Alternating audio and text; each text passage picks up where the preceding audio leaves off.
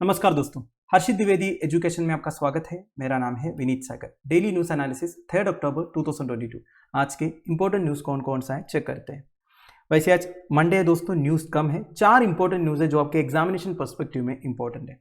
One is 62% of rural households in India have fully functional tap water connections। जल जीवन mission से related एक survey conduct हुआ था, तो इसमें कुछ इंपॉर्टेंट डिटेल्स है दोस्तों, वो हम चेक करेंगे। फिर नेशनल एजुकेशन पॉलिसी के बारे में सेंटर का हाई पावर्ड पैनल का चीफ ने कुछ बोला है। मतलब नेशनल एजुकेशन पॉलिसी ने कोई पर्टिकुलर लैंग्वेज को इम्पोज नहीं कर रहे हैं, तो इस बारे में कुछ अच्छे पॉइंट्स है वो देखेंगे। फिर देखिए PUCL का एक रिपोर्ट आया है दोस्तों, अनलॉफुल एक्टिविटीज प्रिवेंशन एक्ट को क्रिटिसाइज किया जा रहा है। इसमें भी कुछ अच्छे पॉइंट्स हैं नेशनल इन्वेस्टिगेशन एजेंसी से रिलेटेड, वो देखेंगे। फिर देखिए जापान, ऑस्ट्रेलिया और चाइना के डिफेंस मिनिस्टर्स का एक मीटिंग हुआ है। ये अपने ट्राइलैटरल कोऑपरेशन को एनहांस करने का डिसीजन लिया है, चाइना का जो इन्फ्लुएंस है उसे काउंटर करने के लिए। तो ये 4 न्यूज हम इन डिटेल डिस्कस करेंगे। वर्ड ऑफ द डे देख लेते हैं, run of. Run of basically एक फ्रेज है दोस्तों, जिसका मतलब है लीव ए प्लेस और सिचुएशन सडनली, एक जगह या सिचुएशन को छोड़ के चला जाना। He ran off to join Napoleon's army and never returned। वो अपनी आर्मी छोड़ के नेपोलियन की आर्मी ज्वाइन करने के लिए चला गया और वापस कभी नहीं आया। अब देखिए ऑफ ए लिक्विड भी यूज करते हैं, flow over and away from a surface. एक सरफेस से पानी जब बह के चले जाते हैं उसे भी आप रन ऑफ बोल सकते हैं। For example the sweat run of their faces. ठीक है, तो आगे जाने से पहले लेक्चर पर लाइक का बटन, चैनल को अब तक शेयर एंड सब्सक्राइब नहीं किया हो तो कर लीजिएगा। हमें सपोर्ट करने के लिए आप सुपर थैंक्स का ऑप्शन यूज कर सकते हो। शुरुआत करते दोस्तों, सबसे पहला news, 60% of rural households in India have fully functional tap water connections. GS paper 2 government policies and interventions में ये न्यूज आपको काम आएगा। देखिए union ministry of water resources या फिर मिनिस्ट्री ऑफ जल शक्ति का जल जीवन मिशन के बारे में आपने सुना होगा। इसे जल जीवन स्कीम भी बोलते हैं। ये मिशन का मेजर ऑब्जेक्टिव यह है दोस्तों, to provide safe and adequate drinking water through individual household tap connections by 2024 to all household in rural India. तो ध्यान दीजिएगा, रूरल इंडिया में, अर्बन इंडिया में नहीं, रूरल इंडिया में हर एक घर में individual household tap connections provide करना 2024 तक, ये जल जीवन मिशन का मेजर ऑब्जेक्टिव है। अब ये जो पानी सप्लाई करेंगे इन टैप कनेक्शंस के थ्रू, ये पानी सेफ होना चाहिए, पोर्टेबल होना चाहिए। पोर्टेबल मतलब ड्रिंकिंग पर्पस के लिए यूज करने लायक होना चाहिए। नाउ ये जो जल जीवन स्कीम है, इसका टोटल फाइनेंशियल आउटले है 3.60 लाख करोड़, जहां पे सेंटर की तरफ से फंडिंग होगा 50%। देखिए बेसिकली ये जो जल जीवन स्कीम है, ये सेंट्रली स्पॉन्सर्ड स्कीम है, सेंट्रल सेक्टर स्कीम नहीं है। Centrally sponsored scheme and central sector scheme के बीच में डिफरेंस क्या है? देखिए सेंट्रल सेक्टर स्कीम मतलब वो स्कीम सेंटर का रहेगा और 100% इंप्लीमेंटेशन एंड फंडिंग सेंटर की तरफ से होगा। स्टेट गवर्नमेंट्स को कुछ करने की जरूरत नहीं है। For example Namami Gange plan जो है वो सेंटर का स्कीम है और सेंटर ही इंप्लीमेंट करेंगे, स्टेट गवर्नमेंट्स को कुछ नहीं करना है। पर सेंट्रली स्पॉन्सर्ड स्कीम में क्या होता है, स्कीम रहेगा सेंटर का पर इंप्लीमेंट करना है स्टेट गवर्नमेंट्स को, और जो फंड शेयरिंग होगा वो भी रेशियो बेसिस पे रहेगा। कभी कभी सेंटर की तरफ से 50% फंडिंग रहता है, कभी 60%, कभी 70%, वो स्कीम टू स्कीम डिफरेंट होता है। ये जो पर्टिकुलर जल जीवन स्कीम है, इसमें सेंटर की तरफ से 50% फंडिंग हो रहा है, बाकी जो 50% है वो स्टेट गवर्नमेंट्स को बियर करना है। अब इसमें कुछ एक्सेप्शन है, हर एक स्टेट एंड यूनियन टेरिटरी को 50% फंडिंग बियर करने की जरूरत नहीं है। जैसे कि जिन यूनियन टेरिटरीज में लेजिस्लेचर नहीं है, आपको पता है ना कुछ यूनियन टेरिटरीज में लेजिस्लेचर है, जैसे कि दिल्ली हो गया, पुदुचेरी हो गया, तो जिन यूनियन टेरिटरीज में लेजिस्लेचर है ही नहीं, उधर सेंट्रल गवर्नमेंट की तरफ से 100% फंडिंग होगा, और जिन यूनियन टेरिटरीज में लेजिस्लेचर है उधर सेंट्रल गवर्नमेंट की तरफ से 90% फंडिंग होगा, केवल 10% पर्टिकुलर गवर्नमेंट को बियर करना है। और जो नॉर्थ ईस्टर्न स्टेट्स है, जो हमारे 7 सिस्टर स्टेट्स है, और हिमालयन स्टेट्स है, जैसे कि सिक्किम हो गया, हिमाचल प्रदेश हो गया, उत्तराखंड हो गया, उधर भी सेंट्रल गवर्नमेंट की तरफ से 90% फंडिंग होगा। बाकी जितने जनरल स्टेट्स है दोस्तों, उधर सेंट्रल गवर्नमेंट की तरफ से केवल 50% फंडिंग होगा, बाकी 50% वो पर्टिकुलर स्टेट गवर्नमेंट को बियर करना है। इतना क्लियर है? तो अब न्यूज क्या आया है, union ministry of water resources ने रिसेंटली एक सर्वे कंडक्ट कराया। उसमें से यह पता चला 62% of rural households in India had fully functional tap water connections with in their premises. मतलब जल जीवन स्कीम के under 62% of rural households cover हो चुका है। ये ऑन एन एवरेज डाटा है, कुछ स्टेट्स में इससे ज्यादा हुआ है, कुछ स्टेट्स में इससे कम हुआ है। ठीक है, वैसे जून में सेंटर ने रिपोर्ट किया था कि 52% कवर हुआ है, तो अब ये 10% इंक्रीज होकर 62% हो गया है। अब हम ब्रेकडाउन चेक करते हैं। तमिलनाडु, हिमाचल प्रदेश, गोवा, पुदुचेरी में 80% से ज्यादा हाउस होल्ड कवर हो चुका है, जहां पे fully functional tap connection provide किया हुआ है। और राजस्थान, केरला, मणिपुर, त्रिपुरा, महाराष्ट्र, मध्य प्रदेश, मिजोरम एंड सिक्किम में 50% हाउस होल्ड कवर हो चुका है। वैसे fully functional tap water connection का डेफिनेशन क्या है? This is very important for your examination, ध्यान दीजिएगा। It is defined as a household getting at least 55 litres of per capita per day of portable water all through the year. देखिए, इसका मतलब यह है दोस्तों, अगर आपके घर में fully functional tap water connection है, इसका मतलब यह है आपके घर में जितने भी लोग रहते हैं उन्हें 55 लीटर्स ऑफ वाटर मिल रहा है, वो भी पोर्टेबल वाटर, मतलब ड्रिंकिंग पर्पस के लिए जो वाटर सुइटेबल है पूरे साल में, मतलब हर एक दिन आपको 55 लीटर पानी मिलता रहेगा। तब आप बोल सकते हैं आपके घर में fully functional tap water connection है। ये जो 55 लीटर वाला क्लॉज है, ये ध्यान दीजिएगा, एग्जामिनेशन में पूछ सकता है। तो on an average house holds को हर दिन 3 घंटे तक पानी मिल रहा है, और 80% लोगों ने ये रिपोर्ट किया है उनकी जो डेली रिक्वायरमेंट्स ऑफ वाटर है इन टैप कनेक्शंस के थ्रू मीट हो रहा है। अगर वाटर क्वालिटी की बात किया जाए तो 95% ऑफ हाउस होल्ड्स ने रिवील किया है उनको जो पानी मिल रहा है वो acceptable limits of pH values में है। पीएच वैल्यू मतलब क्या होता है? 0 से लेके 14 तक पीएच वैल्यू होता है। अगर 7 है, इसका मतलब यह है पानी न्यूट्रल है, एसिडिक भी नहीं है, अल्कलेन भी नहीं है। अगर 7 से नीचे है, इसका मतलब है पानी एसिडिक है। 7 से ज्यादा है, इसका मतलब यह है पानी अल्कलीन है।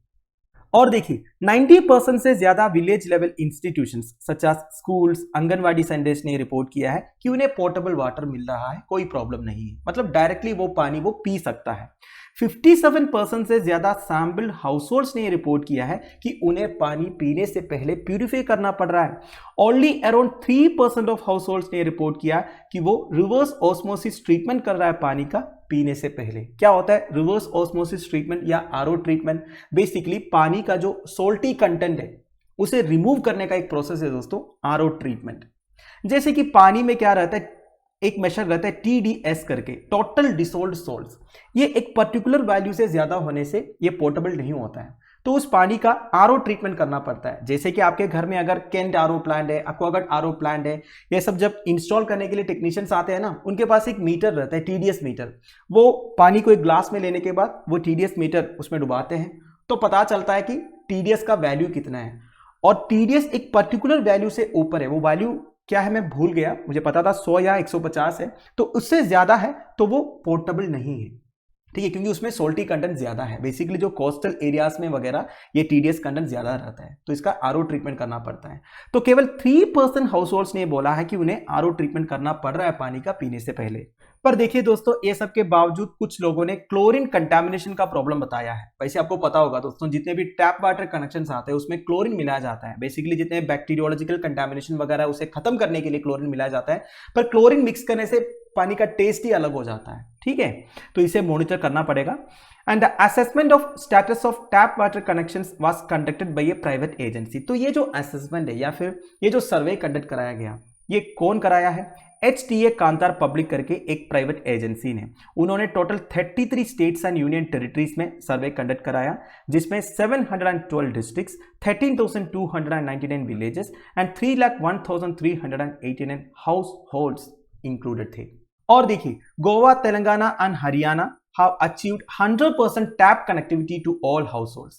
और union territories like Puducherry, Andaman and Nicobar islands, Dadra and Nagar Haveli and Daman and Diu, उन्होंने भी 100% टैप कनेक्टिविटी अचीव किया है। अब एक बात आपको समझना है, इन्होंने 100% टैप कनेक्टिविटी अचीव किया है, हर एक कनेक्शन में पानी नहीं आ रहा है। ये वाटर रिसोर्सेज मिनिस्ट्री ने क्लियरली बोला है, tap connectivity doesn't automatically imply access to regular portable water. मतलब देखिए, टैप कनेक्टिविटी है in states and union territories में, पर हर एक वाटर कनेक्शन में पानी नहीं आ रहा है। तो समझ में आ गया। अब आपसे एक सवाल है दोस्तों, थोड़ा सा ऑफ द टॉपिक सवाल है, मुझे Dadra Nagar Haveli and Daman and Diu पढ़ने से याद आया। देखिए, दादरा नगर हवेली और दमन एंड दीव पहले अलग अलग यूनियन टेरिटरीज थे, अब ये एक साथ है। तो ये किस साल में हुआ है? अगला एक छोटा सा न्यूज़ है दोस्तों, नेशनल एजुकेशन पॉलिसी से regarding. National education policy prescribes no language. States can choose, says Centre's high-powered panel chief. GS paper 2 issues related to education में न्यूज आपको काम आएगा। देखिए, मिनिस्ट्री ऑफ एजुकेशन नवंबर 2021 में एक हाई पावर्ड कमिटी कॉन्स्टिट्यूट किया था जिसका नाम है भारतीय भाषा समिति, इंडियन लैंग्वेजेस का प्रमोशन के लिए, led by Rashtriya Swayamsevak Sangh affiliated Sanskrit proponent and Padmashri awardee Chamu Krishna Shastri. तो बेसिकली इनका टास्क ये है दोस्तों, एक एक्शन प्लान प्रिपेयर करना इंडियन लैंग्वेजेस का ग्रोथ के लिए आज पर द नेशनल एजुकेशन पॉलिसी 2020। देखिए, नेशनल एजुकेशन पॉलिसी 2020 के बारे में कम से कम 5-6 वीडियोस ऑलरेडी चैनल में अवेलेबल है। हमने कई बार डेली न्यूज में, हिंदू एडिटोरियल एनालिसिस में इसके बारे में डिस्कस किया है। वैसे नेशनल एजुकेशन पॉलिसी 2020 का एक इंपॉर्टेंट प्रोविजन है दोस्तों, it requires mother tongue to be the medium of instruction in schools and higher education institutions. जितने भी स्कूल्स है, हायर एजुकेशन इंस्टीट्यूशन है, उधर medium of instruction mother tongue होना चाहिए। तो अभी रिसेंटली एक इंटरव्यू में भारतीय भाषा समिति के जो चीफ है चामू कृष्ण शास्त्री साहब, उन्होंने बोला है states can choose the language, मतलब कौन सा लैंग्वेज मीडियम ऑफ इंस्ट्रक्शन होना चाहिए ये स्टेट्स चूज कर सकता है। नेशनल एजुकेशन पॉलिसी कोई एक particular language medium of instruction होना चाहिए ये नहीं बता रहे हैं। Now as part of 3 language formula 160 languages as well as mother tongues are taught. Now this is an important point. 3 language formula के बारे में आपने सुना होगा। 1968 में जो नेशनल एजुकेशन पॉलिसी लेके आया था अंडर इंदिरा गांधी गवर्नमेंट, उन्होंने 3 लैंग्वेज फॉर्मूला लेके आया था। क्या है 3 language formula? Hindi speaking states में English, Hindi and a modern Indian language सिखाना चाहिए। नॉन हिंदी स्पीकिंग स्टेट्स में English, Hindi and an Indian language सिखाना चाहिए। यह है 3 लैंग्वेज फॉर्मूला। तो ये 3 लैंग्वेज फॉर्मूला को कंटिन्यू किया है नेशनल एजुकेशन पॉलिसी में। वैसे आपको पता होगा तमिलनाडु 3 लैंग्वेज फॉर्मूला को अपोज किया था। तमिलनाडु में तो 2 लैंग्वेज फॉर्मूला चल रहा है, इंग्लिश एंड तमिल उधर सिखाया जा रहा है। ठीक है, जो भी है। So as part of the 3 language formula 160 languages as well as mother tongues are taught. तो अभी के हिसाब से 160 languages as well as mother tongues को सिखाया जा रहा है। नाउ लैंग्वेज अलग होता है, मदर टंग अलग होता है। For example Hindi mother tongue भी है कई लोगों का एंड ए लैंग्वेज भी है, वेल गढ़वाली मदर टंग है पर लैंग्वेज नहीं है। तो total 160 languages as well as mother tongues को सिखाया जा रहा है 3 लैंग्वेज फॉर्मूला के अंडर। अगेन आपसे एक सवाल है दोस्तों, 3 लैंग्वेज फॉर्मूला किस कमीशन ने प्रपोज किया था? फिर इधर यह बताया जा रहा है दोस्तों, ये जो नेशनल एजुकेशन पॉलिसी 2020 को इंप्लीमेंट करने के लिए सबसे बड़ा चैलेंज ये है, जितने लैंग्वेजेस है हमारा 8th शेड्यूल ऑफ कॉन्स्टिट्यूशन में, वैसे 22 लैंग्वेजेस है, इसमें जितने भी स्टडी मटेरियल्स है उसे प्रिपेयर करना पड़ेगा। केवल बेसिक स्टडी मटेरियल्स नहीं, हायर एजुकेशन स्टडी मटेरियल्स भी प्रिपेयर करना होगा, जैसे कि all streams of education such as science, humanities, commerce etcetera. तो भारतीय भाषा समिति के चीफ चामू कृष्ण शास्त्री साहब ने अगेन ये एम्फसाइज किया है, नेशनल एजुकेशन पॉलिसी के under there is flexibility given to states to choose the languages for the 3 language formula. तो 3 लैंग्वेज फॉर्मूला को तो इंप्लीमेंट करना है, तो लैंग्वेजेस हर एक स्टेट डिसाइड कर सकता है। No language has been prescribed, states will decide, they have the freedom to choose. समझ गए? अगला है PUCL report alleges abuse of unlawful activities prevention act, GS paper 2 and 3, national reports and links to terrorism में ये news आपको काम आएगा। सबसे पहली बात, इस तरह के जो रिपोर्ट्स आते हैं दोस्तों, ये आपके मेंस के आंसर राइटिंग के पर्सपेक्टिव में इंपॉर्टेंट है। जब भी आप कुछ डाटा कोड करते हो तो आपको ये भी कोड करना पड़ेगा किस ऑर्गेनाइजेशन ने ये डाटा रिलीज किया है। तो अगर आपसे UAPA का जो यूसेज आजकल हो रहा है सेंट्रल गवर्नमेंट की तरफ से, उसके बारे में कोई क्वेश्चन पूछा जाए, तो अगर आपको कुछ डाटा कोड करना है तो आपको लिखना पड़ेगा as per the people's union for civil liberties data this and this are the figures. समझ गए? तो people's union for civil liberties के बारे में, ये बेसिकली एक ह्यूमन राइट्स बॉडी है। इसे फॉर्म किया था 1976 में जयप्रकाश नारायण साहब ने। जब फॉर्म हुआ था, इस बॉडी का नाम था people's union for civil liberties and democratic rights. ठीक है, तो इन्होंने एक रिपोर्ट रिलीज किया है। रिपोर्ट का टाइटल है UAPA criminalizing dissent and state terror. तो basically unlawful activities prevention act को क्रिटिसाइज किया जा रहा है दोस्तों। 2009 से लेके 2022 तक UAPA के अंडर कितने केसेस रजिस्टर हुआ है, उसका कन्विक्शन रेट क्या है, बेल रेट क्या है, ये सब के बारे में बताया है।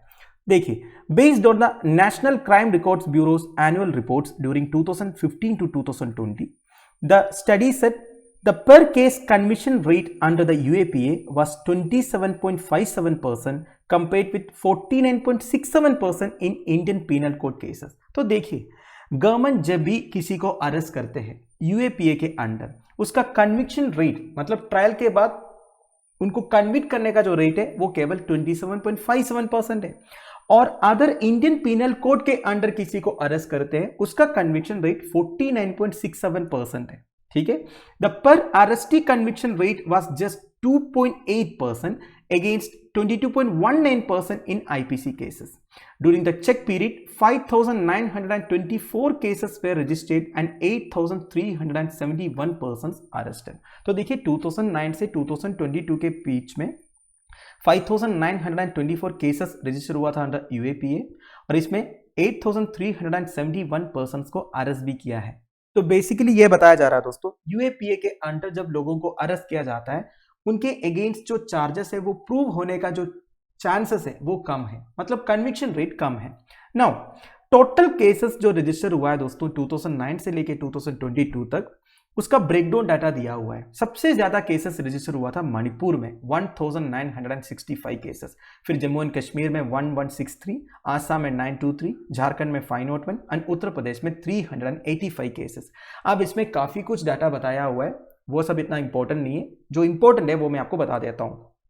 नेशनल इन्वेस्टिगेशन एजेंसी का ऑफिशियल वेबसाइट में 456 केसेस रजिस्टर हुआ है, उसमें 78% यूएपीए चार्जेस के अंडर है। ठीक है, नाउ इन्होंने एक कंपैरिजन किया है UPA government and NDA government के बीच में। यूपीए गवर्नमेंट बेसिकली 2009 से लेके 2014 तक का डाटा ये कहता है 69 यूएपीए केसेस रजिस्टर हुए थे, वेरास 2014 से लेके 2022 तक Narendra Modi led NDA government में 288 यूएपीए केसेस रजिस्टर हुआ है and average number of cases per year during UPA regime 13 थे केवल, वेरास एनडीए रेजिम में 34 हुआ है and maximum number of cases Delhi में रजिस्टर हुआ है 45, फिर जम्मू एंड कश्मीर में 42, पंजाब 29, केरला 27, आसाम 26, झारखंड 22, बिहार 18, मणिपुर 18, महाराष्ट्र 16, वेस्ट बंगाल 15, उत्तर प्रदेश 14, कर्नाटका 13, तमिलनाडु 13, आंध्र प्रदेश 12 एंड नागालैंड 7।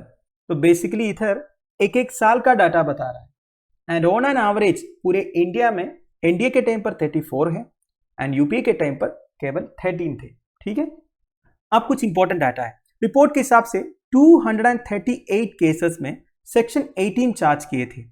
सेक्शन 18 मतलब पनिशमेंट फॉर कॉन्स्पिरेसी, उसमें से 64% केसेस में दैट इज 152 केसेस में कोई प्रूफ नहीं मिला है या फिर कॉन्स्पिरेसी का कोई इंसिडेंट रिपोर्ट नहीं हुआ है and it said NIA's suo motu power through the central government or Ministry of Home Affairs to transfer investigation from the state police was a serious threat to federalism। अब देखिए दोस्तों, NIA that is national investigation agency के पास एक power है दोस्तों, अगर UAPA से related basically terrorism से रिलेटेड या कॉन्स्पिरेसी से रिलेटेड कुछ केसेस कोई स्टेट पुलिस रिपोर्ट कर रहा है, वो NIA ट्रांसफर करवा सकता है, मतलब स्टेट पुलिस से वो केस को ट्रांसफर करेंगे NIA के पास।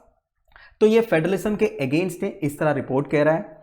और on the basis of information available on NIA website, report said of all the UAPA cases handled by the agency 41 were registered suo motu। suo motu मतलब अपने आप, किसी कंप्लेन की जरूरत नहीं है, NIA अपने आप भी कोई केस रजिस्टर कर सकते हैं अगर उन्हें डाउट लगता है। तो total 12% of cases suo motu register हुआ था and 316 cases representing 88% of cases were transferred from state investigation agencies to the NIA। समझ में आ रहा है आपको? NIA ने जितने केसेस रजिस्टर किया है उसमें से 12% that is 41 suo motu register किए थे अपने आप, बाकी जितने केसेस है ना उन्होंने स्टेट इन्वेस्टिगेटिंग एजेंसी से ट्रांसफर किए थे। तो ये जो पावर है NIA का, this is a serious threat to federalism, ऐसा बता रहा है दोस्तों ये जो पर्टिकुलर रिपोर्ट है। और ये पूछ भी रहा है इन केसेस में स्टेट गवर्नमेंट्स के साथ कंसल्ट किया था ये नहीं, ये भी एक सवाल है। तो कुल मिला के इधर यूएपीए को क्रिटिसाइज किया जा रहा है दोस्तों, और ये भी बता रहा है दोस्तों यूएपीए के जो विक्टिम्स रहे हैं वो मुस्लिम minority, Dalit, Bahujan, Adivasi, activist, journalist, academicians, human rights defenders and students रहे हैं। और रिपोर्ट ये भी डिमांड कर रहा है कि ये जो एनआईए एक्ट है उसे रिपील करना चाहिए, एनआईए को डिसबैन करना चाहिए, और जितने पॉलिटिकल प्रिजनर्स को अरेस्ट किया है उन्हें रिलीज करना चाहिए। और जितने भी केसेस अभी तक एनआईए ने रजिस्टर किया है वो सारे फॉल्स एंड फैब्रिकेटेड केसेस है against marginalised communities, journalist, academicians, students and others. तो इस पर्टिकुलर न्यूज में आपके लिए इंपॉर्टेंट ये है दोस्तों, ये जो 238 केसेस में सेक्शन 18 चार्ज किया गया, that is punishment for conspiracy, उसमें से 64% ऑफ केसेस में कॉन्स्पिरेसी का कोई इंसिडेंट प्रूव नहीं कर पाया। दूसरा, एनआईए का जो सुओ मोटो पावर है ना, मतलब अपने आप केस रजिस्टर करने का जो पावर है, उसे काफी बार अपोजिशन पार्टीज ने क्रिटिसाइज किया है। देखिए, एनआईए एक्ट 2008 के हिसाब से अगर टेरर एक्टिविटी से लिंक्ड कोई भी एक केस आ रहा है, उसमें एनआईए अपने आप केस रजिस्टर कर सकता है और इन्वेस्टिगेशन शुरू कर सकता है। और एनआईए के पास ये भी पावर है, अगर स्टेट पुलिस या state investigating agencies terrorist activity से रिलेटेड या फिर टेरर लिंक से रिलेटेड कोई केस इन्वेस्टिगेट कर रहा है, उसे ट्रांसफर करवाने का। ठीक है, तो ये सबको इधर क्रिटिसाइज किया जा रहा है। वैसे और एक बात मैं आपको बताऊं दोस्तों, टेरर रिलेटेड केसेस में बेसिकली एनआईए जो भी केस इन्वेस्टिगेट करते हैं ना, उसमें कोई भी स्टेट गवर्नमेंट से परमिशन लेने की जरूरत उनको नहीं है।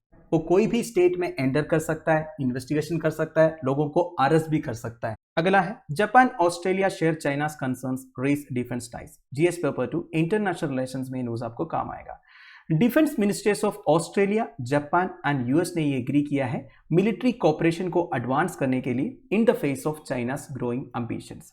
देखिए, आजकल चाइना का जो अग्रेसिव एंड बुलिंग बिहेवियर है दोस्तों, बेसिकली जो ताइवान स्ट्रेट में हो रहा है, साउथ चाइना सी में हो रहा है, उसे क्रिटिसाइज किया जा रहा है। तो ऑस्ट्रेलिया, जापान एंड यूएस ने ये एग्री किया है, इनके बीच में जो मिलिट्री कोऑपरेशन को एडवांस करेंगे, mainly to counter China's influence. ठीक है, वैसे ये तीनों डिफेंस मिनिस्टर्स चाइना को दो इंपॉर्टेंट इश्यूज पर क्रिटिसाइज किया जा रहा है। One is Taiwan issue. देखिए, वन चाइना पॉलिसी के अंडर चाइना ताइवान को अपना पार्ट मानते हैं, बट ताइवान को ये अच्छा नहीं लगता। ताइवान का कहना यह है कि हम इंडिपेंडेंट टेरिटरी है। वैसे आपको पता होगा, चाइना ताइवान को चाइनीज ताइपे करके बोलते हैं।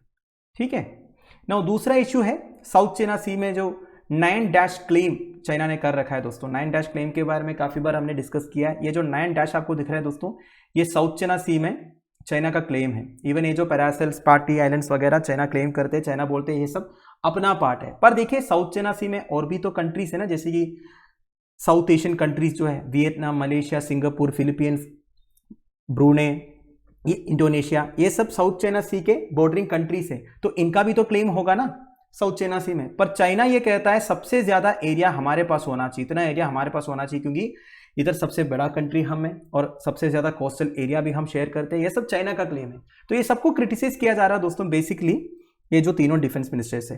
वैसे अगर आप United Nations Convention on the law of sea, that is UNCLOS देखोगे, तो हर एक लिटोरल कंट्री को साउथ चाइना सी में टेरिटोरियल क्लेम कर सकता है, पर चाइना ये मानता नहीं है। तो चाइना का ये जो अग्रेसिव बिहेवियर है, ये जो बुलिंग बिहेवियर है, उसे क्रिटिसाइज किया जा रहा है इधर। तो जापानीज मिनिस्टर ऑफ डिफेंस ने क्या बोला है, today the international community is faced with this severe security environments. तो कौन कौन से सिवियर सिक्योरिटी एनवायरनमेंट्स ये बता रहा है। One is obviously Russia's aggression against Ukraine.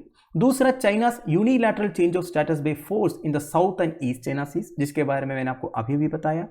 And the remarkable development of North Korea's nuclear and missile related technologies. तो देखिए, जापानीज डिफेंस मिनिस्टर के हिसाब से आज international community in 3 severe security environments को फेस किया जा रहा है। One is Russia's invasion of Ukraine, दूसरा चाइना का यूनिलैटरल चेंज ऑफ स्टेटस, तीसरा नॉर्थ कोरिया का जो nuclear and missile related technologies का जो डेवलपमेंट है। एंड तीनों मिनिस्टर्स ने स्ट्रांगली कंडेम किया है चाइना का जो रीसेंट बैलिस्टिक मिसाइल लॉन्चेस। जब US house of representative speaker Nancy Pelosi Taiwan visit किए थे, तब चाइना ने बैलिस्टिक मिसाइल लॉन्चेस किया था एंड एक्सेसिव मिलिट्री एक्सरसाइज भी कंडक्ट किए थे ताइवान के सराउंडिंग एरियाज में। ये सबको क्रिटिसाइज किया। तो तीनों मिनिस्टर्स ने ये प्लेड्स किया है कि हम कॉन्क्रीट एंड प्रैक्टिकल इनिशिएटिव्स को प्रमोट करेंगे इंडो पैसिफिक रीजन की सिक्योरिटी के लिए, और तीनों के बीच में जो ट्राइलैटरल ट्रेडिंग है उसे एक्सपांड किया जाएगा, स्ट्रेंथन किया जाएगा, and defence equipment and technology cooperation को प्रमोट किया जाएगा। ठीक है, now the US is pressing a diplomatic offensive to counter Chinese influence in the region. देखिए, रिसेंटली वाशिंगटन ने $810 मिलियन एड पैकेज अनाउंस किया था for Pacific Island nations where the US plans to intensify its diplomatic presence। आपको पता होगा दोस्तों Pacific islands में already China का प्रेजेंस है, तो उसे काउंटर करने के लिए United States of America 810 million aid package announce किया था। और US vice president Kamala Harris last week Japan and South Korea travel किए थे एंड ये बोली थी कि US would act without fear और hesitation throughout Asia including the Taiwan Strait. तो इन्होंने एक क्लियर बोल दिया है कि बिना कोई डर का, हेसिटेशन का वो एशिया में एक्टिवली इन्वॉल्व होंगे इंक्लूडिंग ताइवान स्ट्रेट। तो बेसिकली चाइना को इधर वार्निंग दिया जा रहा है। पर देखिए दोस्तों, ताइवान स्ट्रेट वाला इशू में यूएस कितना एक्टिवली इन्वॉल्व होगा ये तो देखने वाली बात है, क्योंकि ऐसे ही बोले थे यूएस जब रशिया वार्निंग दे रहा था यूक्रेन को। तो दोस्तों दैट्स इट। आई होप आपको वीडियो इन्फॉर्मेटिव लगा होगा। लेक्चर की पीडीएफ एज यूजुअल आपको टेलीग्राम चैनल में मिल जाएगा, जिसका लिंक नीचे डिस्क्रिप्शन बॉक्स में प्रोवाइडेड है। Thank you for watching. Bye bye, have a nice day.